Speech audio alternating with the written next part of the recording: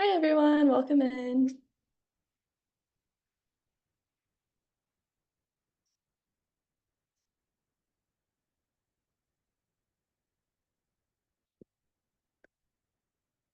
Hello everyone. We're just going to wait 1 minute and then we'll begin our webinar.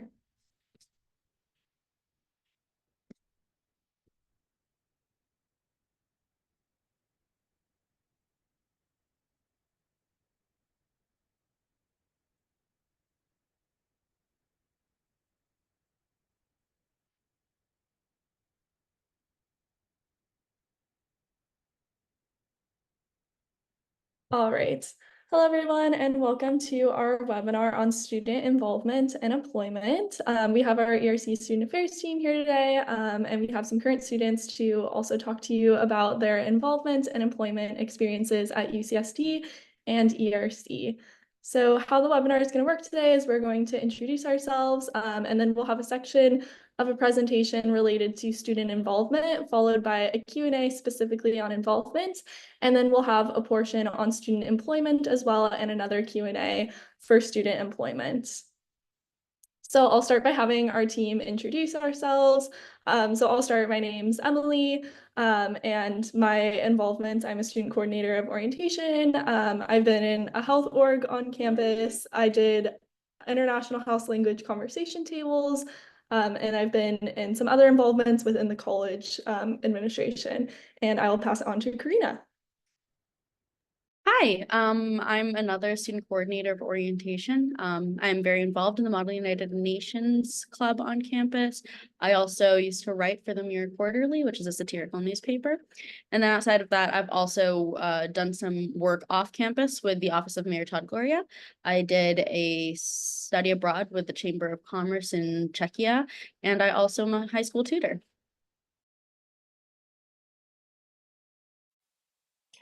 Hi everyone, my name is Lucia. I am a campus ambassador, also known as a tour guide. I give tours around campus of UCSD.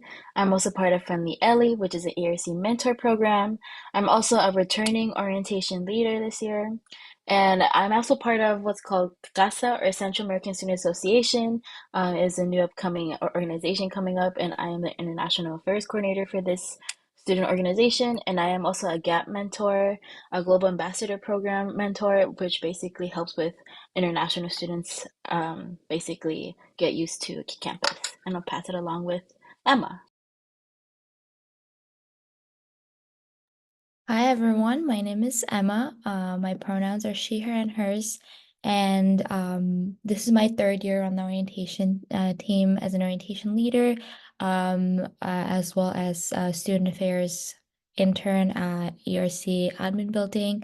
I'm an active member of a few orgs, like cultural orgs on campus, such as Armenian Student Association and Medics in Armenia. I've been on International Women's Week Committee for a while now. I also volunteer with UCSD Pre-Dental Society as a dental assistant. I worked alongside Emily to make Friendly Ellie happen, which is ERC's first mentorship program. And I also have some experience working as a Sunday school teacher as well as an optometric assistant. So if you have questions about that, reach out to me and I'll pass it to Chris. Hi, I'm an incoming third year. I'm also a upcoming orientation leader for my first time, so I'm very excited. I'm also a student affairs programming intern, so it's also very exciting. For clubs, I'm the vice president of Triton Gaming, very big gaming club on campus. I'm also part of UCSC Esports, and I'm also part of Association for Computing or Machinery, or what they're better known as on campus is ACM. Outside of that, I'm really passionate about my field of study in psychology, and so I'm a research assistant at Brady School of Management. And yeah, and then I'm going to pass it on to Shrishti. Hi everyone, I'm Shrishti. I'm also an incoming third year. Wait, sorry. I'm not sure why every time I wake up in the morning, I always have like a bit of a my throat doesn't clear properly. Anyway, so this is my second time doing orientation and I'm a senior orientation leader this year. And I also have research experience in one lab on campus, and then I'm joining a different lab this fall. And I'm also part of Health Frontiers in Tijuana, which is a free clinic class that you can take where you kind of go across the border and do free clinic work in Tijuana. And then I've done some other free clinic work on campus as well. Awesome. Thank you so much for everyone for introducing yourselves. As you can see, our student panel has a wide range of involvements on campus in research experiences and different student orgs, as well as student jobs. So you'll be able to ask them lots of questions during the Q&A sections of our presentation. So first, we're going to talk about getting involved at UCSD and ERC. And I just want to point out the many different ways that you can get involved. There's really no like right way or one certain thing that you should be doing to be getting involved. There's tons of different options. So we have things like sports, from club sports to intramurals to esports. We have cultural-based organizations, Greek Council, academic and pre-professional related organizations. You can do service and volunteering. There's options for leadership roles. There's organizations based on general interests and hobbies, and there's also organizations that are founded right here in our College of Eleanor Roosevelt College. So there's tons of different ways that you can get involved on campus. So one of the first things I'll go over is about how to get involved on campus. So when you're trying to get involved in something new, you should probably think about goals for your involvement, what sort of time you might have to commit, and what kind of communities you're looking for. Because you can find community in many different places and in many different ways. On UCSD's campus, we have like over 500 student orgs, so there's a lot of different communities out there. And when you're finding student organizations, one great place to start is on Library Walk, which is actually in this picture right here. So that building is Geisel Library, and on Library Walk, student orgs actually table often on Library Walk under tents, and they're set up all the way down Library Walk. There's a bunch of them in the first few weeks of schools and throughout the quarter. And so if you go down Library Walk, you'll be able to talk to different student orgs. They usually have their principal members and board members there, so you can talk to them about what their organization is like and see if you would like to join it. Another great thing about student organizations is they usually have GBMs or general body meetings, and this is a great chance to see what their organization is about. You can go to different GBMs and see if you're interested in the organization. They also have events that many organizations put on, whether it's social events, volunteering, service. There's a lot of different events that happen. A great way to follow what events are happening in student organizations is on their Instagram accounts, which you can find more about directly from student orgs. And then one more way I want to point out of getting involved is through Welcome Week. So Welcome Week, or Triton Weeks of Welcome, are a huge sequence of events that is put on at the beginning of the year. So there is campus-wide week of welcome, and then there's also ERC Welcome Week that we do in our college. So for UCSD's Welcome Week, if you scan this QR code, you can see the full schedule of events, but there's really popular events that happen, such as Triton Olympics, which is a super fun event that everyone should go to. It's a competition between all of the colleges. We play games and do a dance competition between the colleges. It's really fun and a good way to show like school spirit. UCSD Rec also puts on Meet the Beach, where they have like surfing classes and aerial silks and a bunch of cool things that happen at the beach right on campus. And then they also do Triton Fest, which is a whole fair, like a carnival style fair that they put on in main campus. And then for ERC, as you may be able to tell, our theme for orientation and welcome week this year is carnival themed. So we'll have a bunch of events in September that are themed towards our orientation theme. So definitely a great place to meet people, especially in ERC. We have the ERC Green, which is a great place for community. There's always events happening, and that's where a lot of our Welcome Week events will also take place. So it's a great way to go out and meet people when you're coming to UCSD. So now I will talk about like our first type of student involvement that you may want to be involved with.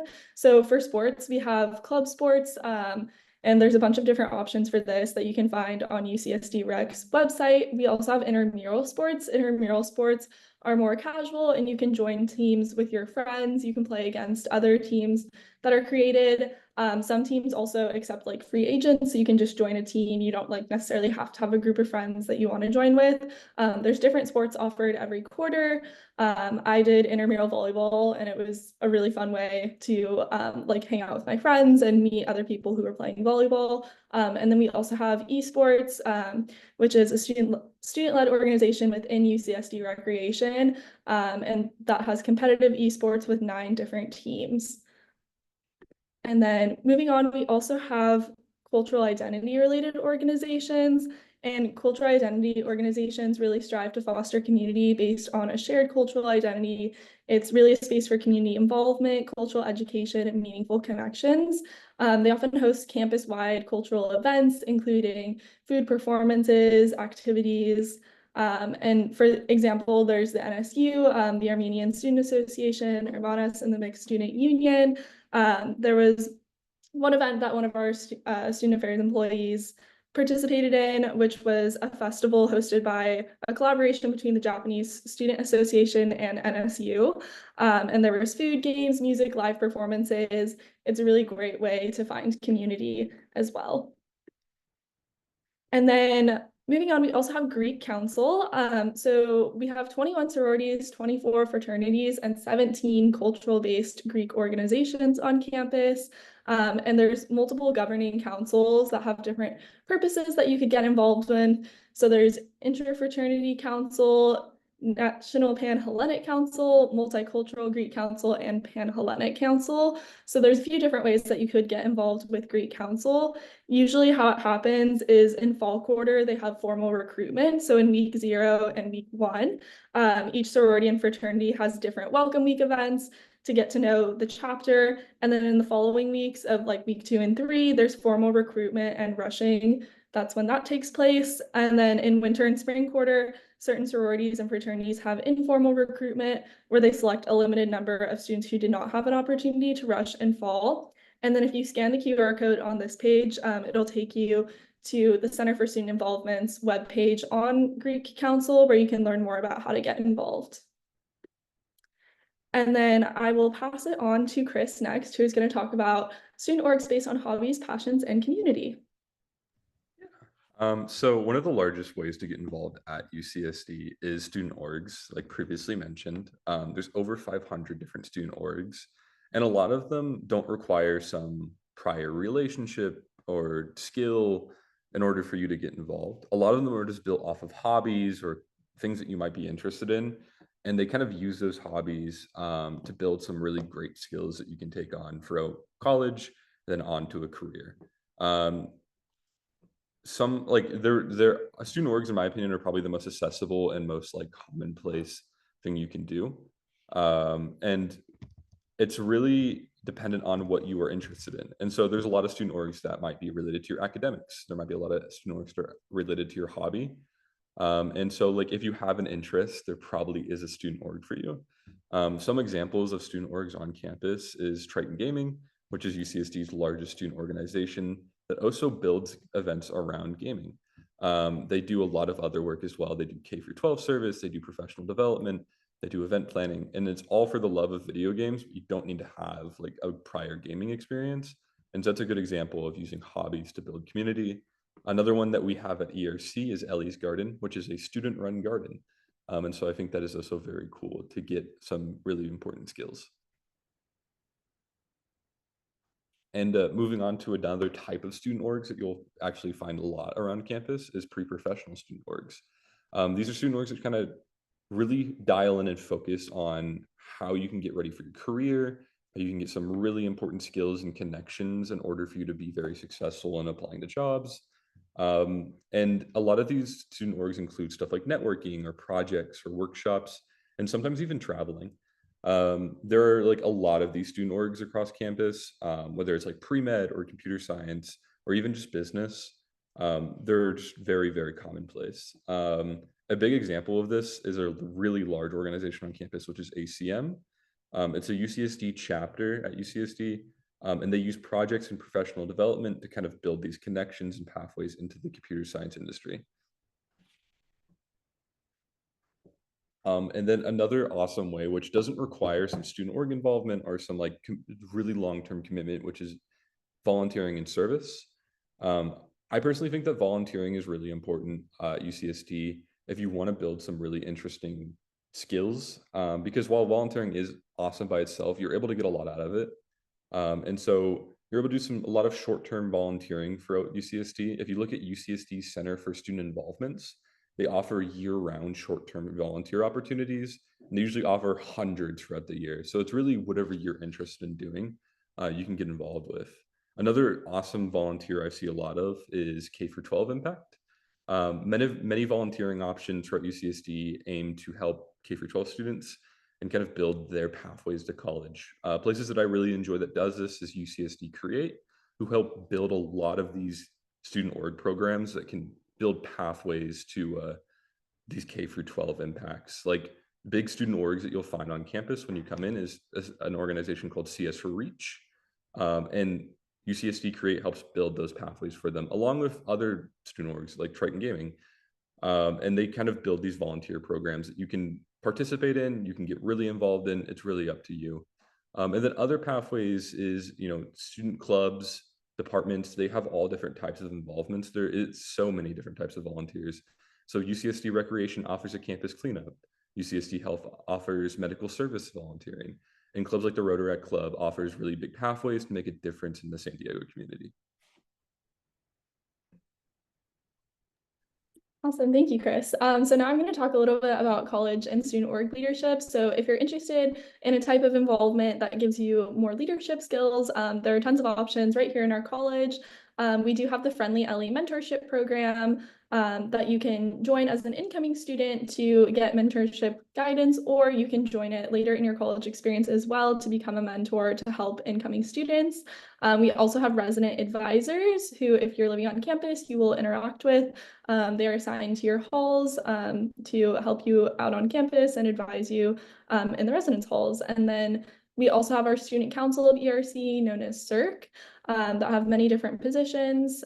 We have planning events at Roosevelt College, PERC, which is our student organization focused on planning events for the students here. And then we also have our orientation leaders, which isn't a type of involvement, but also a type of employment as it is a paid position. So there are many different types of leadership experiences that you can do within our college. There are also leadership positions in student orgs through board positions that you can often apply to within student orgs that you're in. And then moving on, I'll talk a little bit about transferable skills. So student involvement is not only a great way to find community and be engaged on campus, and it can also help contribute to a work-life balance between your studies and your involvements, but it can also teach you a lot of valuable skills that you can use even in your education, in your jobs, going into your careers as well. Beyond like teamwork and communication skills, if you have leadership positions, it can also help you with things like delegation. There are often social media positions that student orgs have where you can learn about like graphic design and have those sorts of skills. You can learn about managing budgets within student orgs, and also a lot of student orgs tend to collaborate with each other. So you'll learn a lot about like interorganizational partnerships and collaboration between different student orgs. And then the last thing I want to point out is we have something called the co-curricular record at UCSD. So the co-curricular record, or CCR, recognizes student involvement with research and academic life, student and campus engagement, community-based and global learning, and professional and career development. It's like a specific type of transcript that you get for your involvements on campus. So there's a CCR portal that you can log into to view your CCR, and you can also apply credit there and see a list of recognized CCR positions. Opportunities that are listed as CCR approved have been verified by the CCR evaluation committee, and student involvement has been validated by recognized staff or faculty member. So you can request your official CCR transcript through the registrar like you would do with like your academic transcripts. And it's another way to show like what you've been involved with throughout your college experience. So I just want to point that out. As you're going through UCSD and have different involvements, you can apply them to your CCR and build that as you go through college.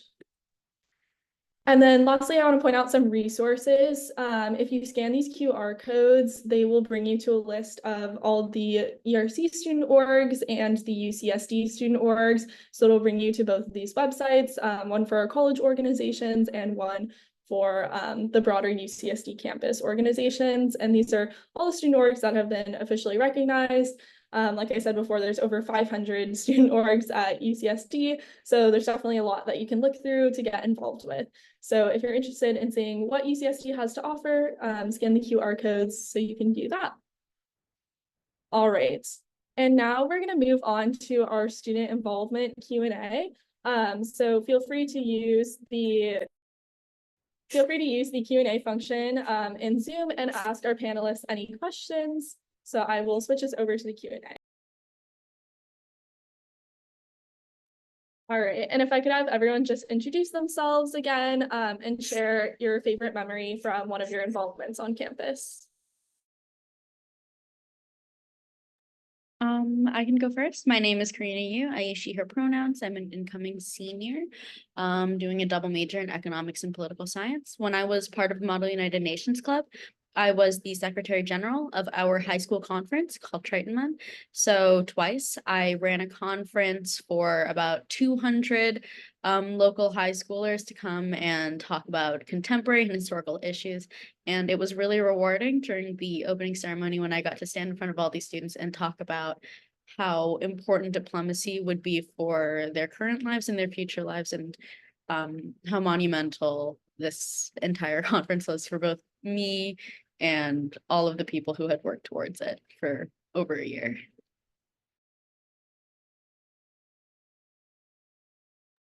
I can go next. Hi everyone. I'm Shrishti. I am an incoming third year, and I'm majoring in molecular and cell biology with a minor in global health.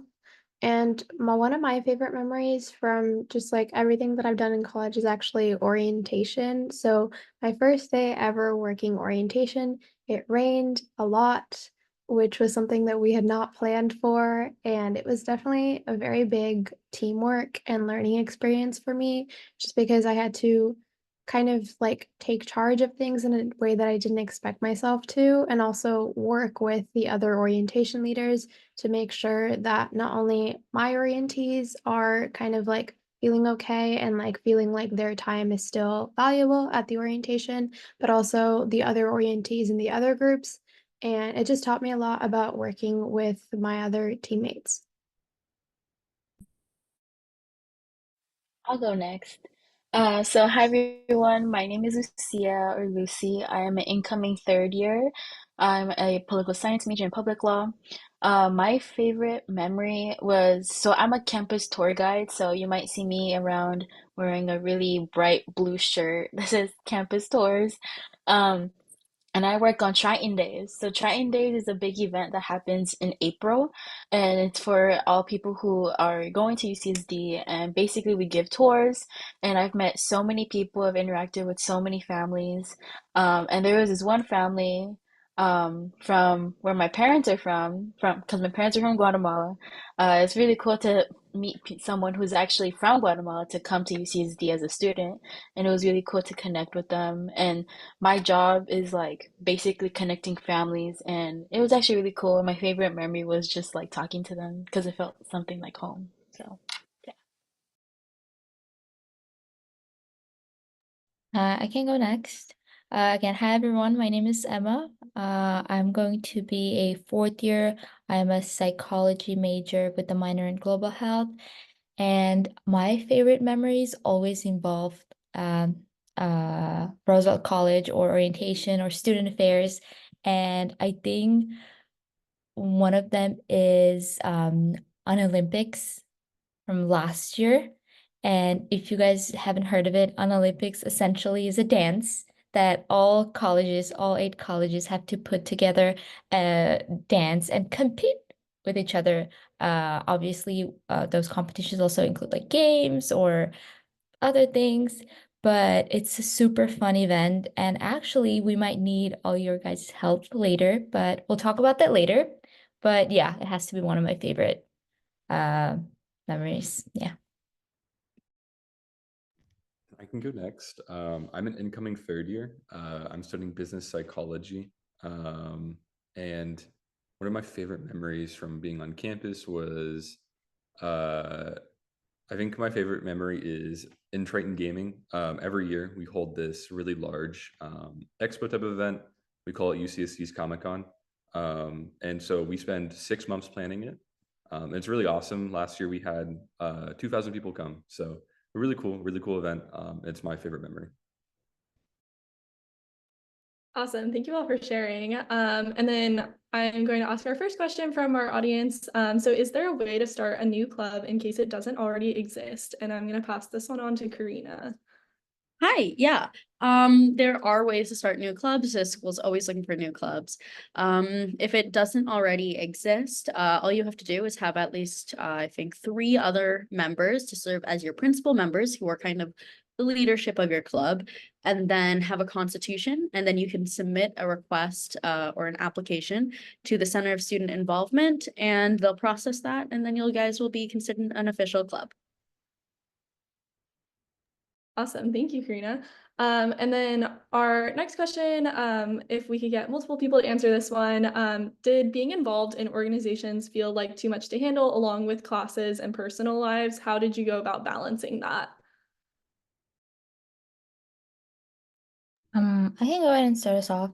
Um, to be honest, when I first started my college career, my college journey, I was so worried that I was not gonna have enough time to get involved and make connections.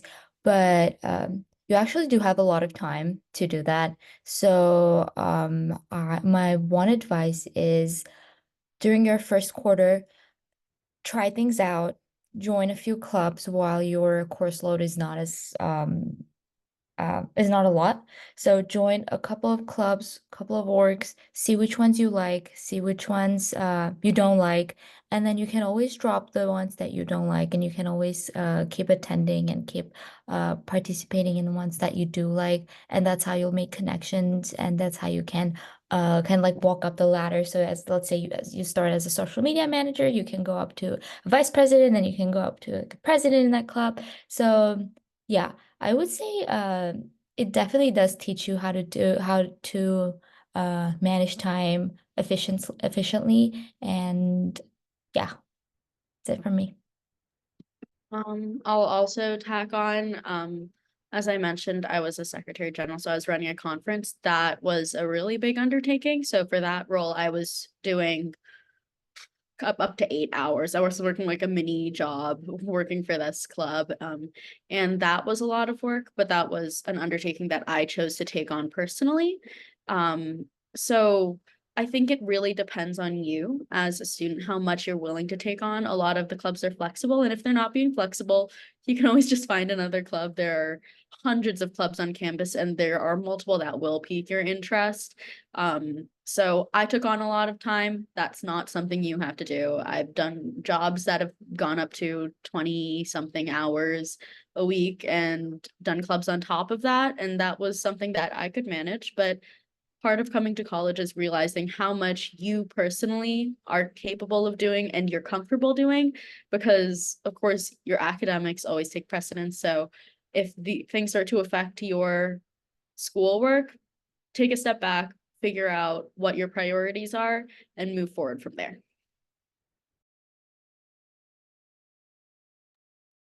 Great. I'll Oh, chime in. Lucy, yeah, Oh. go ahead. Go ahead, Lucy. Sorry. Honestly, I was so overwhelmed going back to what Emma said as well, like being overwhelmed with first year, having to deal with classes and everything. But I just waited out till sophomore year because like I'm still getting used to like the campus, the environment, being like used to like a 500-person lecture. Like I was still getting used to that my first year. So I waited till sophomore year and I was more active in one student organization. And honestly, one organization was enough for me. I was like, you know what? I'm gonna just chill. One is good enough for me. But like I was already juggling with other things. So if you are a person who like wants to go and be board for like two other organizations, that's also a good way to like also interact with other people, and other people can give you advice and connections like for like future career goals and stuff like that. So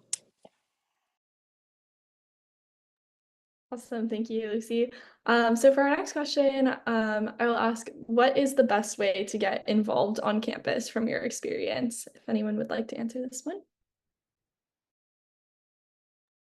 I can go. So, one of the main things I was nervous about, because I really wanted to go into like research my first year, and I would say my best advice for that, and just like also organizations in general, is just being like able to put yourself out there. So, like cold emailing people, whether it's like a professor that you want to work with, or like a lab that you're interested in, or even just like if you find like the club's Instagram, then like messaging them on Instagram and like saying, hi, like I'm interested in joining, and like, can you tell me more about your club? So I think the biggest thing for me that I think I did like a good job with, but I know is like overwhelming a lot of the time, is just like reaching out to people, and then like I feel like putting yourself out there and like explaining to people that like, yeah, I'm interested, like this is who I am, is a really big thing. And like that's I think a really pivotal part of like being involved in whether like whatever it is on campus.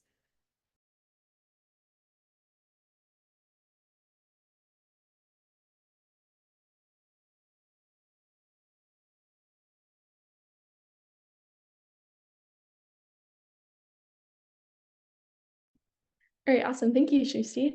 And then the next question, when should students start to get involved on campus? Like when you're coming to UCSD, what time should you start thinking about getting involved? Emma, do you want to answer this one? Yes, sure. Like Shirley mentioned, like Lucia mentioned, I think it depends on the person, whatever you're ready for. Some students do their first quarter, or some students, like Lucia, waited a year to get involved, and that's completely okay. Whatever you are ready for, because this is you're on an individual journey, your college journey. You're doing everything on your own time. So do not feel like you have to do everything. You do not feel like you have to be the president of multiple clubs. You have to, I don't know, volunteer everywhere. Just see what you like doing. You know what they say, quality over quantity. Try things out and just stick to the couple orgs or clubs that you really, really enjoy doing and that you really enjoy like working with. So I would say there's no right time, but yeah, I personally started uh as like my winter quarter of my first year, because it's also a good way of getting to know people. Also, I'm sorry if there's like background noise. I think they're doing something outside, so sorry about that. But yeah, if you want to get to know more people, if you want to expand your circle of friends, that's also another good way of looking at it. So yeah, that's it. Awesome, thank you, Emma. And then we have another question from the audience. If anyone would like to give advice for this, how do you manage your time to make the most of your freshman year? How did you balance academics, clubs, and social life?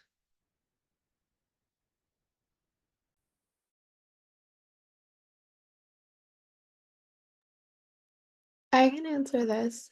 So, I think, I mean, this is like very basic, but I never used Google Calendar before I went to college. When I was in high school, I kind of just used like the Notes app on my phone and wrote stuff down, which I still do sometimes.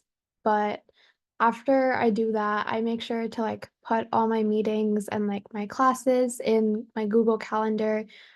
I personally don't color code too much, but I've also met people who literally schedule time for everything, including like their sleep time. So you can do that as well. But I think in some way, just kind of like getting like a calendar of some sort, whether it's Google Calendar or if you're like a physical planner type person, just somewhere where like all of your stuff is in one place and that you can like look at it at the beginning of the day or like the beginning of the week to see like, oh, this is like all the stuff that I have this week. But that's like a great way to start that helped me like especially my first quarter of college when I think it was like getting used to classes at like different times in like different locations and then having like meetings and things. But that really helped me, especially like my first quarter. I'll echo that. The first gift my mom got me for college was a calendar that you could erase and write on. And I looked at it and I went, wow, fun. I'm never going to use that. It was the best gift I ever got. I learned how to budget my time. I would write, and every month I would sit down during the first few days and I would write down everything that I had to do. I'd write down all of my homework for all my classes. I would write down all of the things that I knew I was going to go to, and I would write in anytime I was going to officially hang out with friends, go to class, things like that. And it was just a wonderful first look into how I'm going to manage my time probably for the rest of my life. Yeah, so of course, and also, as I mentioned earlier, learn to prioritize. That was something that took me a while to do, but learning how to prioritize is also a big thing to consider when you begin budgeting your time. Awesome, thank you. So our next question from the audience, how was adjusting to the quarter system and how did you go about managing or getting used to the quarter system at UCSD? I'll chime in on that. So coming from, okay, so in my high school, it was very just like very slow in like a semester system at my high school. But when I came into UCSD, I was like, there's already a midterm that we have to know already. It was actually kind of like humbling because like you already know ahead of time and you already know what day and what time it is. And I'm not gonna lie, it was kind of a struggle to like plan out everything because everything is already given to you on the first day. And then after a while, you kind of get into like a routine. Like, oh, you kind of develop a routine that's already like embedded. Kind of like how in high school, like you wake up at 8 a.m. This is different in college, but it's like very much like you kind of build your routine as you go along in your first year and even in your second year. Like I'm still even in my third year, going into my third year right now, I'm still trying to develop a routine in and it's actually still a learning process still but the quarter system eventually I like the quarter system. If you ask anyone else they'll say something different, but the quarter system helps me because like I like doing things, like I like being busy, and so with the quarter system it helps me be busy every day. So unless you ask someone else then they might have a different answer. Thank you, Lucy. And kind of going off of that, did anyone find like there was kind of a trial and error to working out the quarter system, or did anyone try different methods for managing your time throughout your first quarter? If anyone can talk about that.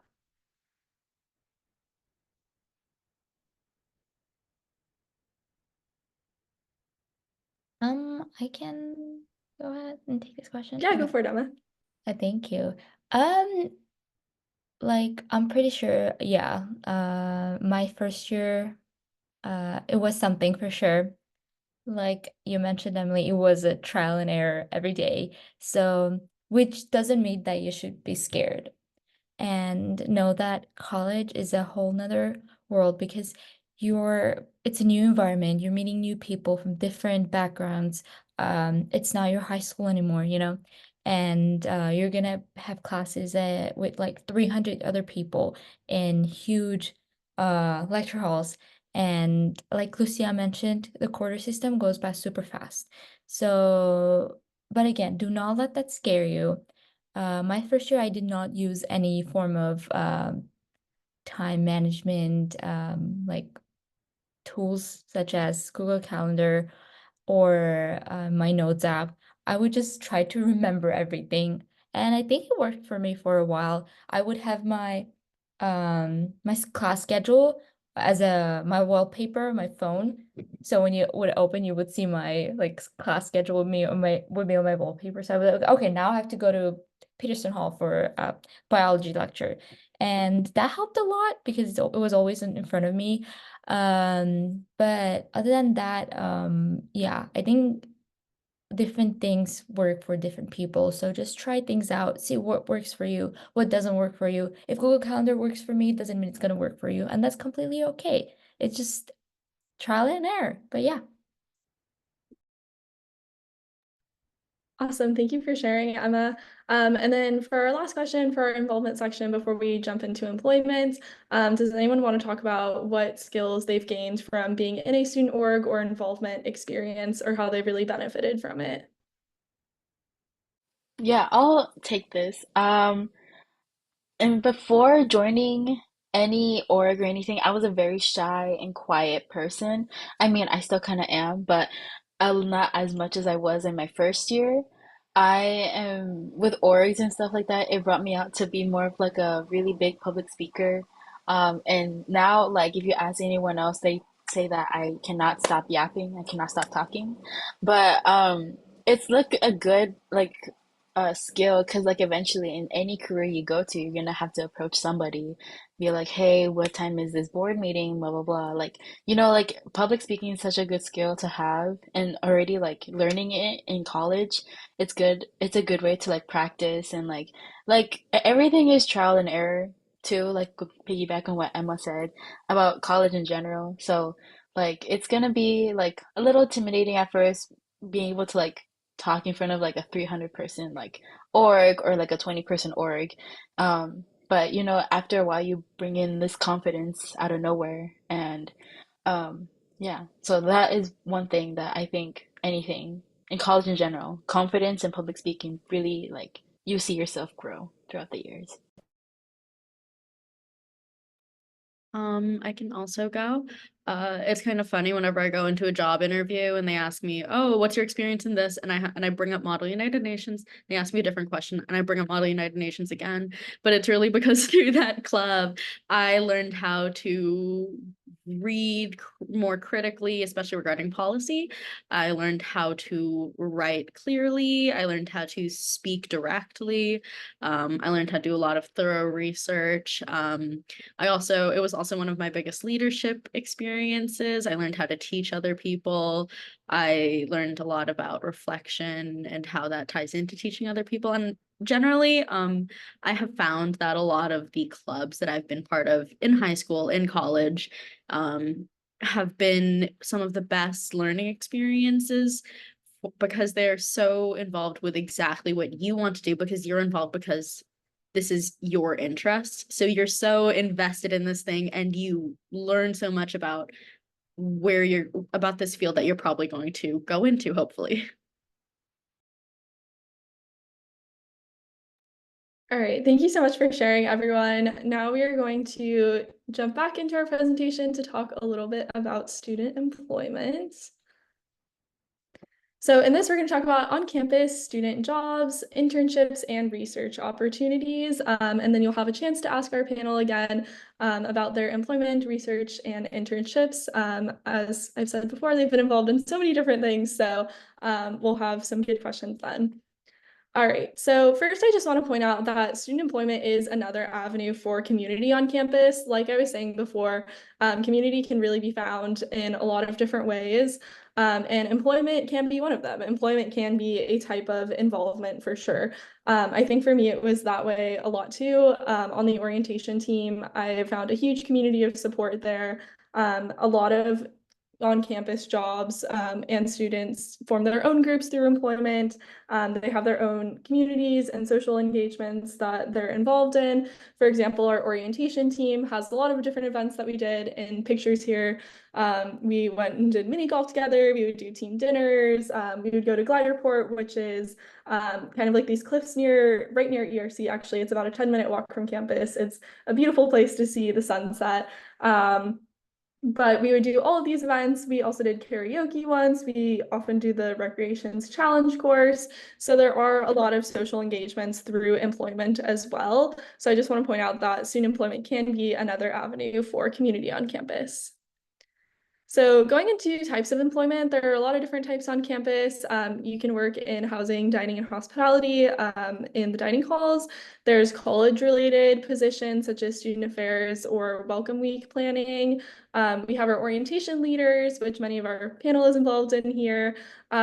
There is campus ambassadors such as Lucy, our tour guides. There's tutoring jobs at the Teaching and Learning Commons in the library. You can also work at resource centers. For example, like the Women's Center has social media interns and social justice educators. There's also opportunities to work at campus stores, restaurants. There's the Starbucks on campus, and there's so many more employment opportunities. And some employment opportunities are also CCR approved. So CCR, like I was talking about earlier, also some of your employments can be listed on there. And then besides paid employment opportunities, there are also non-paid credit-bearing internship opportunities that can be really valuable experiences in fields such as research. So now I will turn it back over to Chris to talk about lab work and internships. So one of the largest things you kind of will experience or want to get involved with, especially if you're from a background that really focuses on research, is lab work. It's really pivotal as a research university, and I definitely encourage people to get involved because research is actually really interesting. It's a core component of UCSD, and it's a really great way to get into labs and gain internships and gain both credit for your major, but also gain employment at certain extents. And there's a lot of different research labs at UCSD. There's not just one set of labs for a major. So I've been working in a management psychology one, but there's plenty of like developmental psychology ones, cognitive psychology. There's a lot of cognitive science ones, and there's a lot of biology ones. There's a lab for everyone, really. UCSD also offers a wide array of internships kind of related to academics. UCSD offers this thing called the Academic Internship Program. And so you can go into their website and you can apply for an academic internship. It's very useful at gaining these mix of academics and then also employment. And then if also internships, really big thing in college. And so if you're interested in something external, definitely encourage you to meet with a career advisor at the UCSD Career Center. They can prepare you for internships and career fairs that might really help you when it comes to getting into internships. Yeah. And then another major source of employment at UCSD is our resource centers. We have a lot of resource centers across UCSD.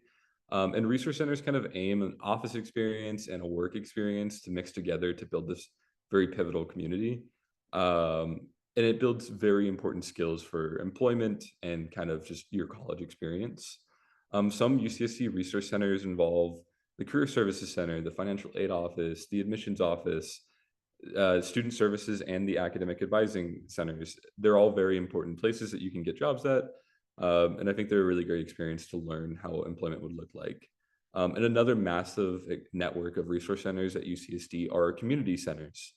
And they aim to provide a lot of different, the same experiences that normal research centers would be, but they're very much on the set of how to strengthen these communities and how to provide resources for them. And so some of their things will include making events or building different pathways and programs for them. And so below I've listed, there's so many, I think there's over 10. And so you can see there's a few that are listed. So yeah, you can get involved with any of them. They offer employment, they offer internships. And so you should definitely try to get involved. And then one of the most accessible forms of employment at UCSD is dining. HTH dining makes up a large portion of possible employment opportunities that you can interact with. And they're also very, very accessible with what they do. You can apply for an HTH dining job year round. And honestly, I think that you still don't need an interview to get an HTH job. And so you're able to kind of apply for their website. You're able to choose what preferred dining location you would like to work at. And so if you want to work at Vantanas and ERC, you can. If you want to work at 6th Market or 7th Market, you can do that as well. And there's also plenty of external stores and dining locations that you can also apply to. The UCSD Price Center has multiple stores that actively aim to hire students. And so some examples of these stores are Starbucks, TapX, Jamba Juice, Target, FanFan, and many more. All right, thank you, Chris. And then lastly, I just want to point out some resources for employment. So the Student Employment Office is located on the first floor of the Career Center. They can help with on or off-campus employment, handshake, and work study awards. And this is their website. Pointing out Handshake directly, it is a website platform on UCSD that you can use to view and apply for job postings. It's almost like kind of our form of LinkedIn. You'll create like a profile on there and you have an account through UCSD. So you can also use Handshake to apply for different jobs on campus. All right, so now we're going to go into our employment Q&A. So again, feel free to use the Q&A function to ask our panelists any of your questions that you may have. And then I'll go ahead and have our panel each introduce yourselves again by talking about one of your employment, research, or internship experiences that you've had through UCSD and some of your favorite memories from that. And I'll pass it over to Shrishti first. Okay, hi again, everyone. I'm Shrishti. And so I've worked orientation for the past 2 years. I've also been part of research on campus in now 2 different labs. I will say, so I do research in the like biology, like medicine department, and from my experience, the majority of them do not pay. I haven't been paid for like either of the research opportunities that I've done so far. You can apply for like scholarships though, so like we can get into that more during the Q&A.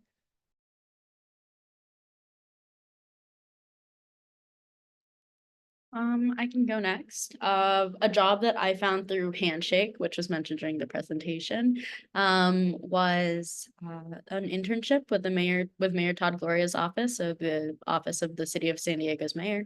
And that was a really wonderful internship. It was one of my first professional experiences.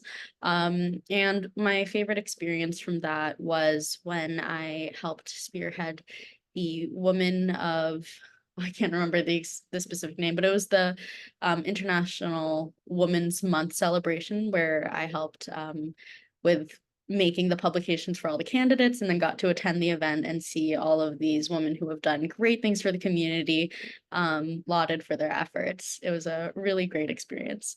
Okay, and I'll pass it on to Emma. Yeah, hi everyone. My name is Emma. I'm an incoming fourth year, and I have a couple good memories.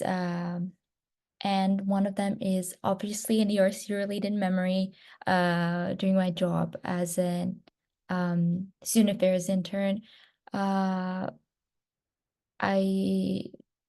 This position allowed me to be part of multiple events, such as helping with those events, planning those events, and one of them is called Castles. Castles is ERC's award giving ceremony for that recognizes student employees, student leaders, and I was the cameraman for that event, and I just loved doing that. And the other one is the job that I found through Facebook actually. So there are multiple Facebook groups you could join, such as employment, or if you need a roommate, or UCSD, let's say your class of 2027, UCSD class of 2027. And through that posting, I found my optometric assistant position and over at Scripps Memorial Hospital. And yeah, I think it's good to keep an eye out for those notifications. So join a Facebook group if you're interested in finding a job position or research position, or check Handshake consistently. And yeah.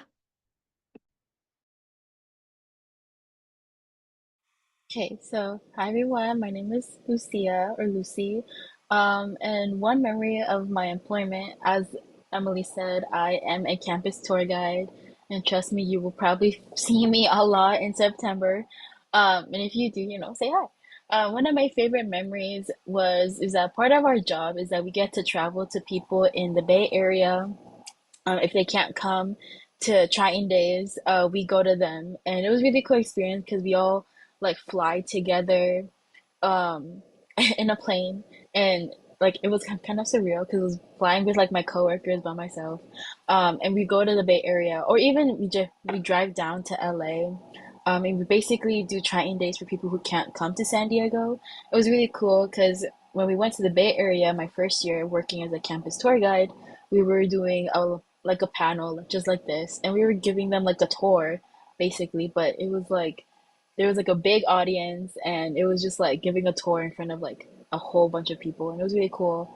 And if you recognize me from those Bay Area events that happened, I think in April, just say hi. But it was a cool moment because like we got to meet so many people, and I met so many people from my high school when I went to an LA event for my job. So a bunch of people recognized me from my high school, and it's kind of funny because I've never met them before, but they recognized me. So it was really cool experience. Um, for me, my like favorite employment experience probably has to be student affairs programming intern. Working for like student affairs and helping plan events has probably been like the most impactful thing I've been able to do, because it's really great at interacting with incoming students, really great at income and interacting with ongoing students, and also kind of helps me build my own personal community because I serve on the first generation student council, or the student team at our student affairs office. And so as a first gen student, it's been very impactful to meet others. And so it's definitely the experience that I find the most impactful. Awesome. Thank you so much, everyone, for sharing. So I'm going to start with our first question from our audience. So this one's going to go to Shusti and Chris as our researchers. So do research opportunities prioritize upperclassmen over freshmen and sophomores? And if so, are there any alternate research-based pathways? I can go first. So, in my opinion and in my experience, I would say actually, like labs prioritize having like freshmen and sophomores mostly because those students, they're like new to college and they tend to not have like prior training. So this allows them to kind of like train the student like newly, and then like also if they're like earlier in their college career, they're more likely to kind of stay in that lab for the rest of their career. So if you're like first or second year, you'll probably stay until you graduate, as opposed to like if you're in your like third or fourth year, that's only like 1 or 2 years with them that you have left. So I would actually say it's better to like reach out as like a freshman, especially if you have, for example, for like a biology major, like your introductory like biology lab or something like that. If you've already done that class after your first quarter, I would say it's definitely like fair game to reach out then if you feel like you need some sort of experience before you start. If not, I actually reached out to labs like my very first quarter of college, and I like the first lab that I was in like was happy to have me join. So I would say like I don't think they have like a preference for like older like students, and you should definitely reach out if you're interested. Yeah, in my experience, I think especially when it comes to psychology and cognitive science, it really depends. There are some of the labs that like pay you and do these very complex studies, and most of the time they do prefer upperclassmen, but it doesn't really mean that that's the only labs out there. Specifically, like for me, when it came to psychology, we have two different type of courses. It's the Psychology 99 and the Psychology 199, and that Psychology 99 is completely for freshmen and sophomores only. They aim to try to get you some work experience, some lab experience, because the idea is like you spend your first time in these labs and then you can also go on to help work in a different lab. And so there are labs out there. I would definitely just try to see what is posted on the Real portal, Handshake, what is offered in your department. Reach out to your professors and see what type of research they do. Because even as an underclassman, I think you can still definitely find something. Awesome, thank you both. And then our next question is, what is the difference between getting involved in labs and research than having to fulfill work study for tuition? And I'll start by having Will answer this, and then Chris can add on. Thanks, Emily. Hi, everyone. My name is Will Songer. I actually work in the Student Affairs office, and my main role is offering orientation. So you'll be seeing me in the coming month. You've been getting emails from me about orientation, but that's a little bit about what I do. To touch on the work study question, sorry, it just disappeared, so I'm pulling it up again. So the question was, what is the difference between getting involved in labs and research than having to fulfill work study for tuition? So about work study, I'm going to drop a link into the chat for everyone who is interested in work study, but pretty much what work study is a way to receive financial aid towards your tuition by working at a work study eligible job.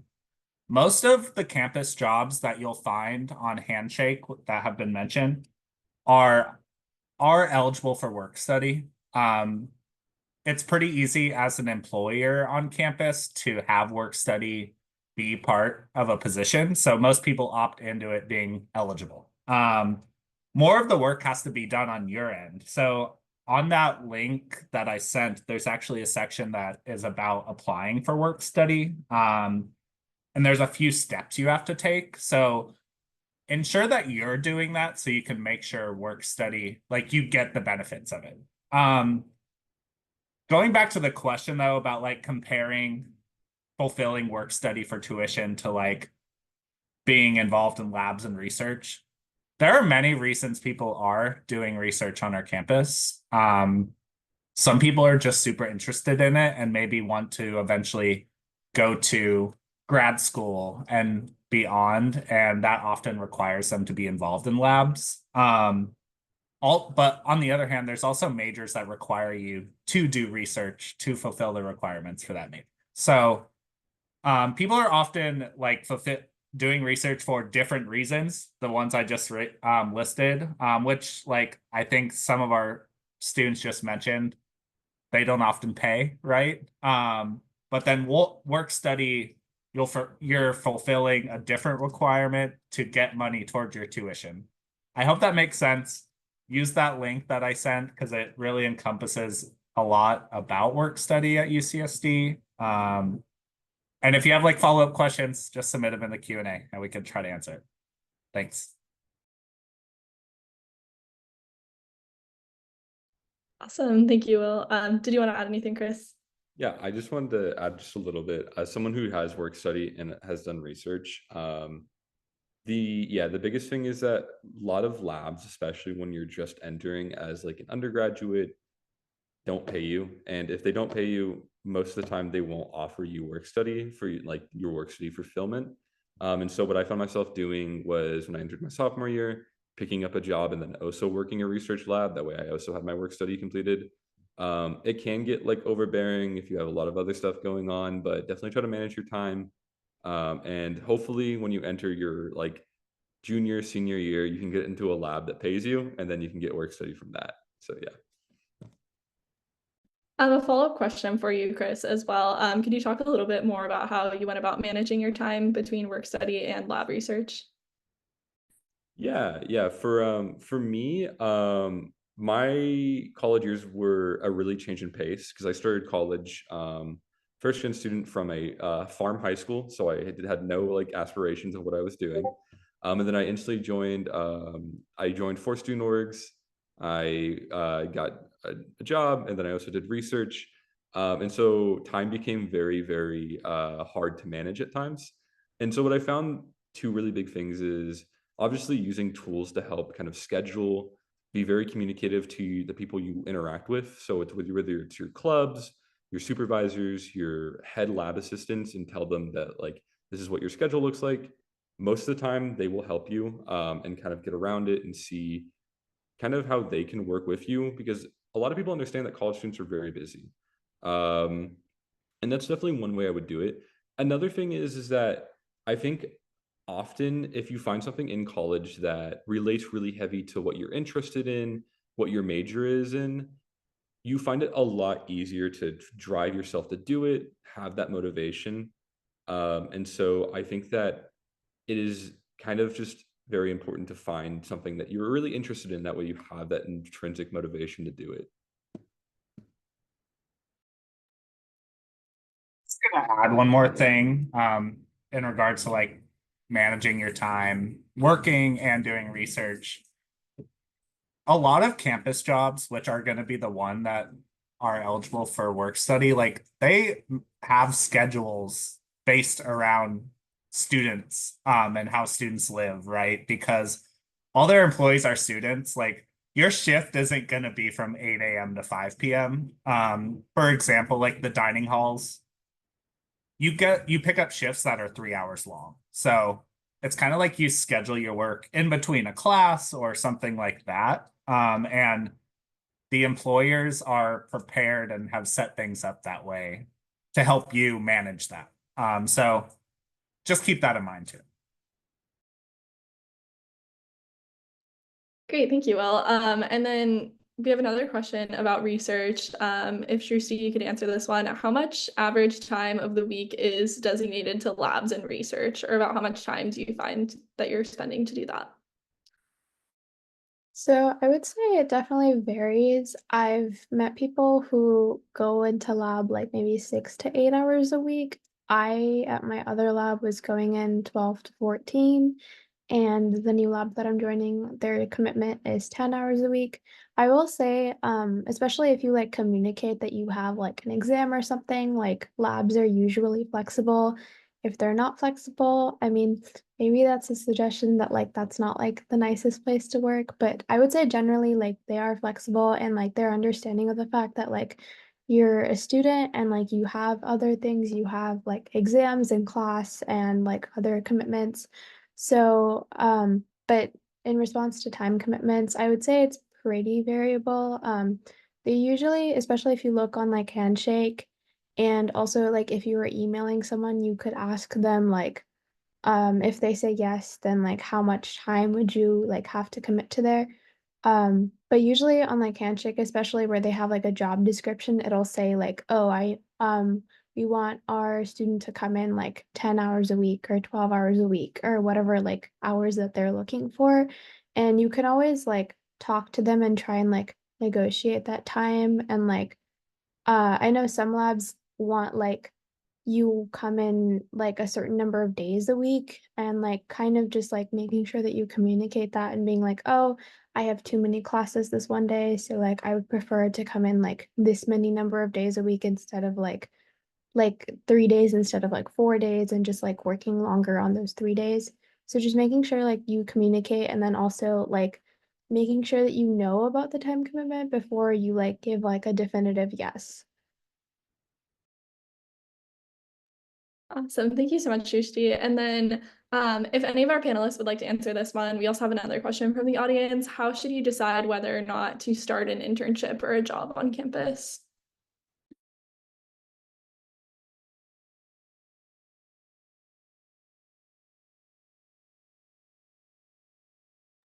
I can start us off.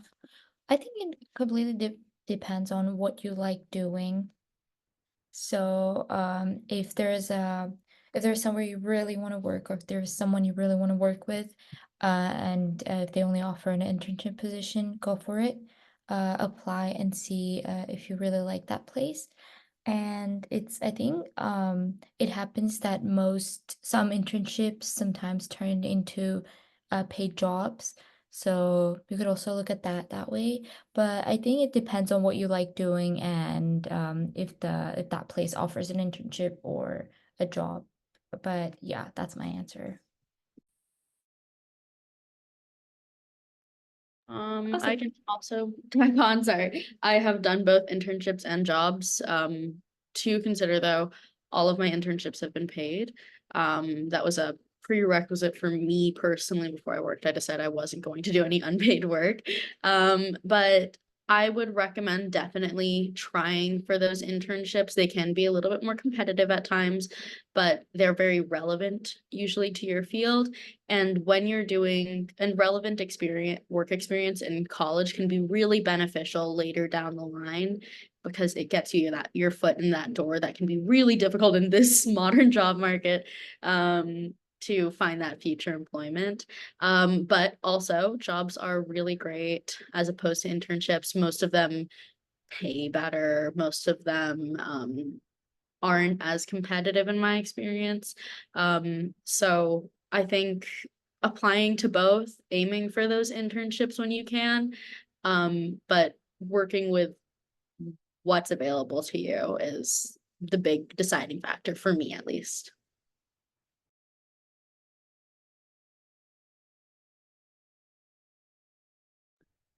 Awesome, thank you. And then for our next question, maybe if Lucy, you could give insight on this, what is the most effective way you found to find jobs on campus, or what has been the most useful resource to use? Personally, the way I found out, for example, about my campus tour job is that first year I was subscribed to like the handshake, like when you get like updates to your email about job opportunities. So my first year I was scrolling through handshake all day long sometimes, just to see if there's anyone willing to hire. Um, and then I stumbled across this campus tour guide job, and I was like, oh, okay, some of these skills and qualities, like I feel like I could, I could do it. And then for the orientation job, I actually saw it on Instagram.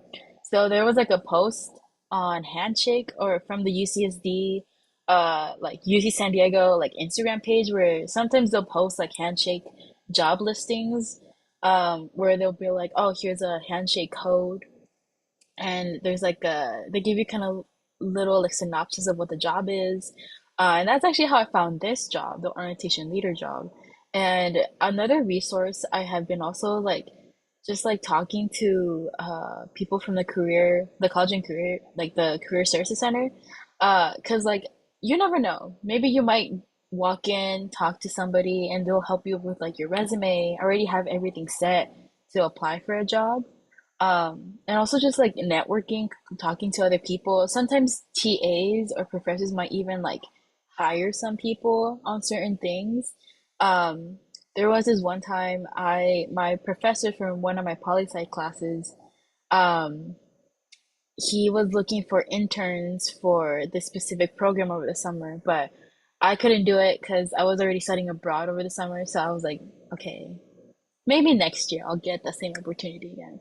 So like if when one walks out the door, another will come in, like through the other door. So I think that's a good way to like picture it. Great, thank you so much for sharing, Lucy. And then our next question is going to be for Karina. How difficult is it to find transportation to different opportunities? Yeah, so I will start off with the first things first. California is big on driving culture, which can suck. Especially considering UCSD doesn't allow parking on campus for first and second year students, and then also for student residents, which can make it really difficult if you have a car to use a car. There is a very good public transportation system in San Diego, but it is a little bit limited. You have buses, you have trolleys, but they're not going to get you everywhere. If you're trying to go anywhere north of La Jolla, it can be very difficult to find great public transportation. And then on top of that, if you're using buses, it's going to naturally be slower than cars. So there have been a lot of jobs that I've looked at, been like, wow, this is a really great job, but it would take me an hour and a half to get there. There was a job I got interviews for. I got to the third round of interviews before I went, I actually can't do this job. It takes me an hour and a half to get there. It takes me an hour and a half to get home. It's really not worth it. That is kind of a tough situation. So I recommend keeping that in mind when you apply for jobs.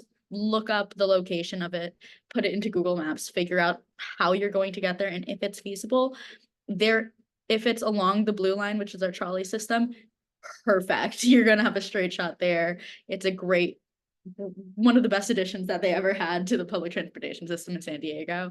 But it can get a little bit tough. So just be wary of that when you're applying for jobs. Awesome. Thank you so much, Karina. And then for our next question from the audience, I'll have everyone share. For this question, it's what's your favorite job that you've worked while at UCSD? I'll take this one.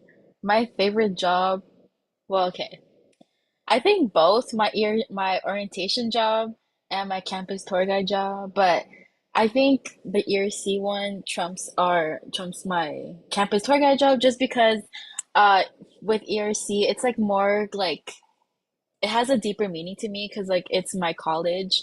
Like I connected a lot with like Emma and Shrusti and Emily and Karina, and even Chris, even though he left. But like I connected with everybody, and I feel like a closer bond with my ERC community because it's my own little community compared to like my campus tour guide job. Like, yes, I have a lot of good friends on that job, but it's like we're all from different colleges and we're all like different years and different majors.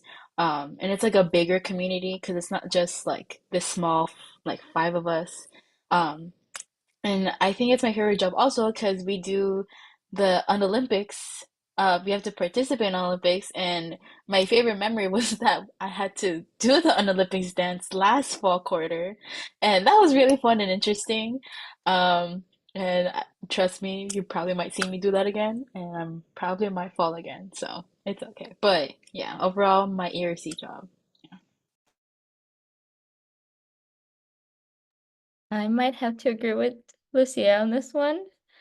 Mine too. I started working as an orientation leader my first year, and then I transitioned to student affairs as a programming intern, and I've been working with ERC ever since. And it's such a rewarding experience. You really get to make all these connections with all these amazing people, and they become your family for the rest of your college career. And it's always a nice you like it's nice to know that you have this support system, that you have this place you can go to, like let's say you live off campus, you're a commuter, you can go to the ERC admin building. We have the commuter lounge in the ERC admin building, or you can just walk up to the third floor and say hi to the interns or whoever's in the office.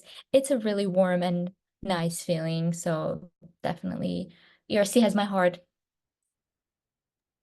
I'll say working with the orientation program has been the most personally fulfilling job that I've done at UCSD. Great community, and it's always lovely going to orientation and being there for all of these new students as they transition to their college career.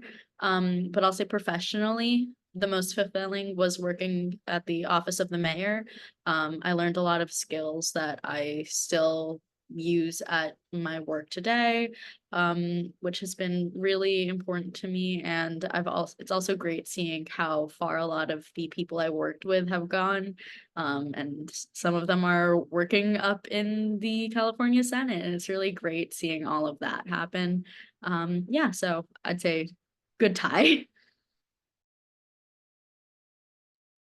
I would have to agree with pretty much everyone so far. The my most favorite job has been working orientation. I was an orientation leader my first year, and I came back as a senior orientation leader this year.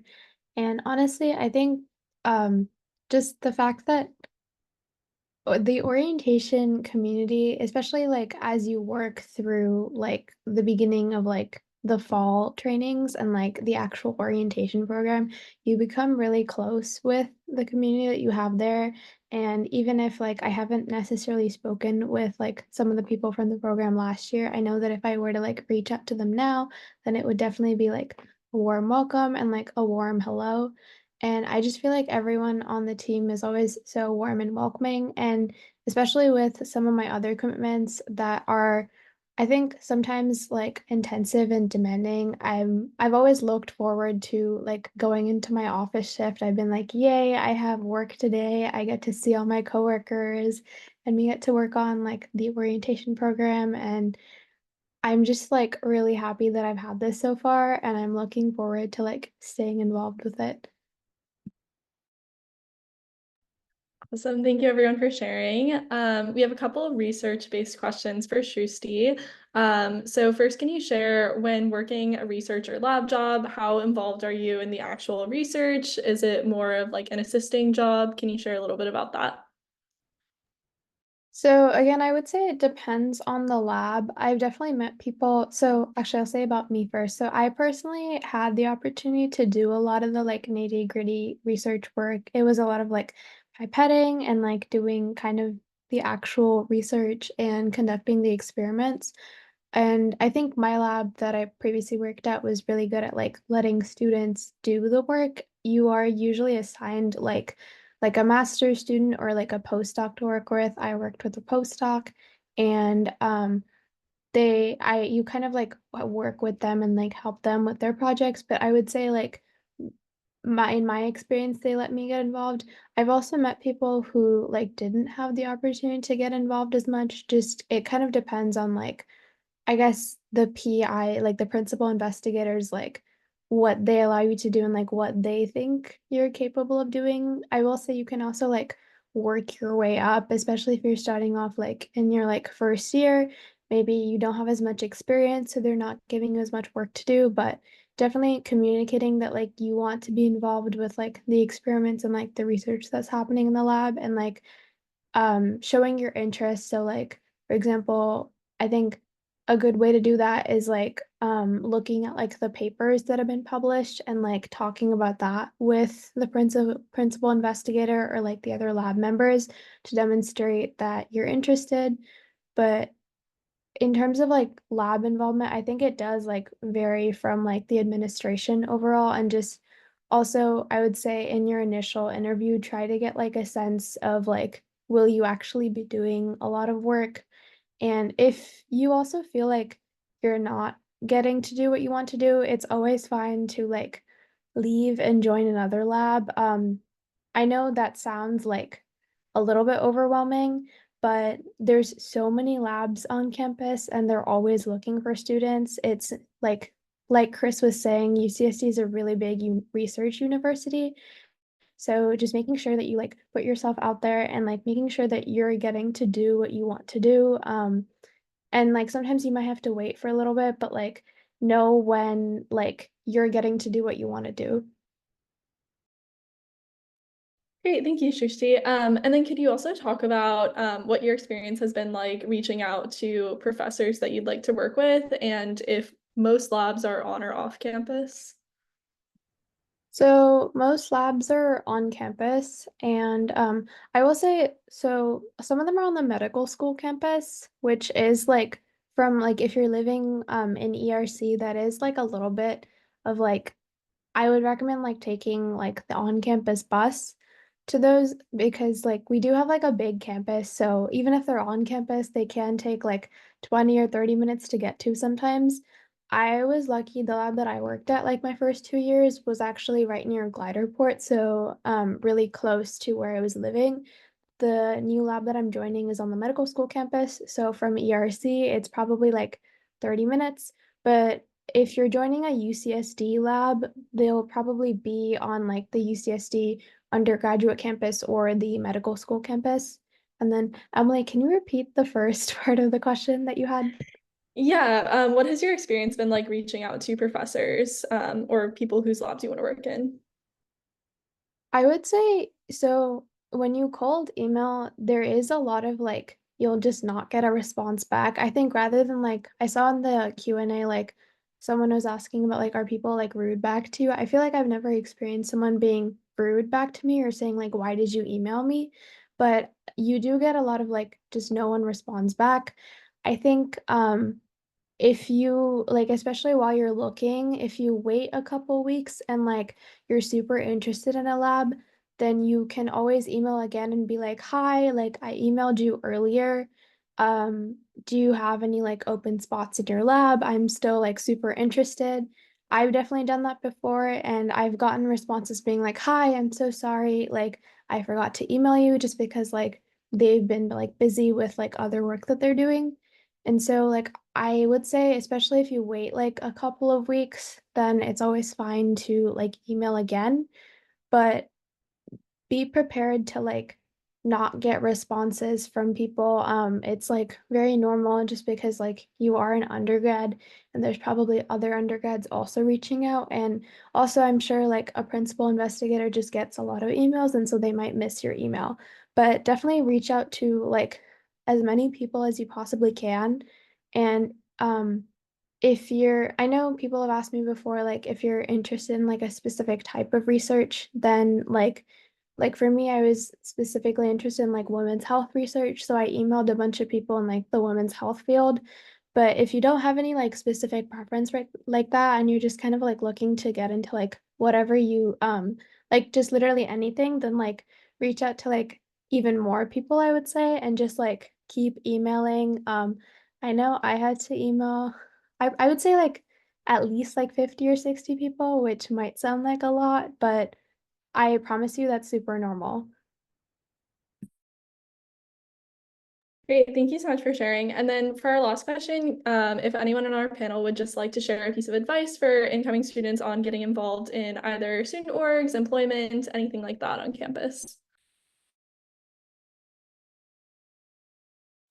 I can go on employment. So like if you really want a job your first year or like just starting out, I do know they won't hire in fall quarter unless it's like dining, but like you have winter quarter because you have to be at least a quarter in as a student as a first year.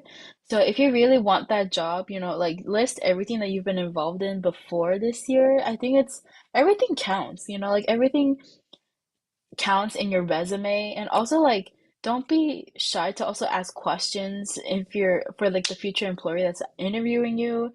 Like ask like, oh, like how much time do I really need to commit to this job? Because for example, for my campus tour guide job, they really work around your school schedule or your class schedule. So like for example, fall quarter, it's all like Mondays. I'm exposing myself right now, but I'm like Mondays all day, or you can do like Monday, Wednesday, Thursday only for like 9 a.m. tour or like 11 a.m. tour, whatever, right? So like it's really good to like find jobs that work around your class schedule rather than they have to dedicate like a whole day, you know? But also, you know, apply, you know, you never know what's gonna happen, you know? It may say yes, it may say no, you never know. At the end of the day, you never know what's gonna happen unless you apply yourself to it. So I can go next. One piece of advice I always give to incoming freshmen or my sibling is make connections. Try to make meaningful connections with people, whether it be your orientation leader or your resident advisor or just anyone from your college or from your UCSD, because they might have opportunities for you later in your college career. I say make meaningful connections, and to be honest, that's pretty much it. Just making connections, just networking and meeting lots and lots of people, asking questions and being informed about things. Yeah. I'll say fortune favors the bold, but less in the go out and seek treasure kind of way, and more in the go out and put yourself out there. Talk to the clubs that are tabling on campus. They're as excited to meet you as you are to meet them. And go out and apply to as many jobs as you can if you're looking for them. It can be exhausting. I know that firsthand. I think all of us know that firsthand. It's exhausting, but put yourself out there, be diligent, work hard, and it'll come to you. Awesome. Thank you so much for sharing, everyone. And thank you so much to everyone for attending today. I'm going to share my screen one more time for our final closing notes. All right, so if you scan this QR code here, it will take you to a feedback form for this webinar. I am also going to paste the link in the chat. If you could fill this out, that would be really helpful for us for our future webinars. And then we also have this same webinar happening today at 4 p.m. So if you missed any section of this webinar, we'll be having the same one at 4 p.m. If you have like any more questions, you're also welcome to come back and join us and we'll answer more of your questions. And then lastly, if you have missed a previous webinar that we've done, or you want to watch this webinar at a later date, I just sent the link in the chat to our webinar recording. So they will be posted there. But thank you so much for attending today, everyone. Feel free to come see us again at 4 p.m. if you'd like to, but have a great rest of your day. Bye, everyone. Bye, everyone. Thank you.